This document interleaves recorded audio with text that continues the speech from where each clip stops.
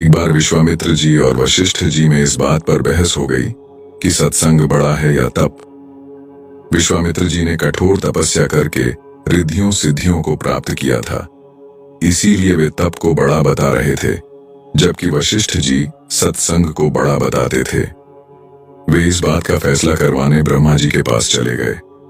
उनकी बात सुनकर ब्रह्मा जी ने कहा, मैं सृष्टि की रचना करने में व्यस्त हूं, आप विष्णु जी के पास जाइए, विष्णु जी आपका फैसला अवश्य कर देंगे।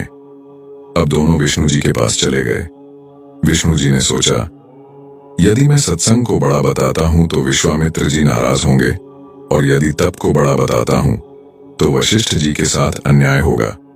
इसीलिए उन्होंने भी यह कहकर उन्हें टाल दिया कि मैं सृष्टि का पालन करने में व्यस्त हूं, आप शंकर जी के पास चले जाइए। अब दोनों शंकर जी के पास पहुंचे। शंकर जी ने उनसे कहा, यह मेरे वश की बात नहीं है, इसका फैसला तो शेषनाग जी कर सकते हैं। अब दोनों शेषनाग जी के पास गए।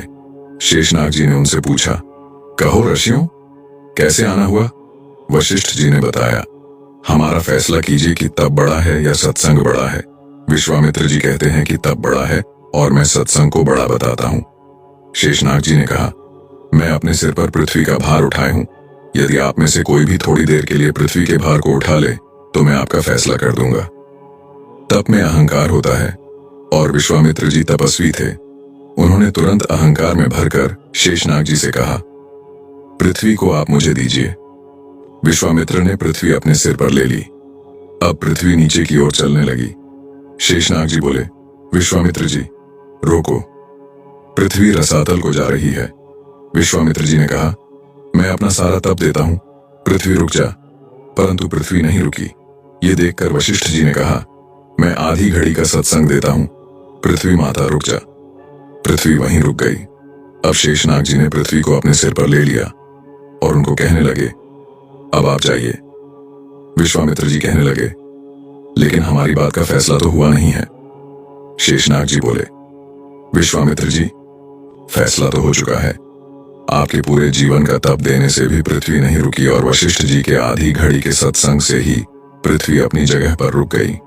फैसला तो हो गया है कि तप से सत्संग ही बड़ा होता है। सीख हमें नियमित रूप से सत्संग सुनना चाहिए। कभी भी या जब भी आसपास कहीं सत्संग हो, उसे सुनना और उस पर अमल करना चाहिए। सत्संग की आधी घड़ी, तप के वर्ष 1000, तो भी नहीं बराबरी संतन कियो विचार।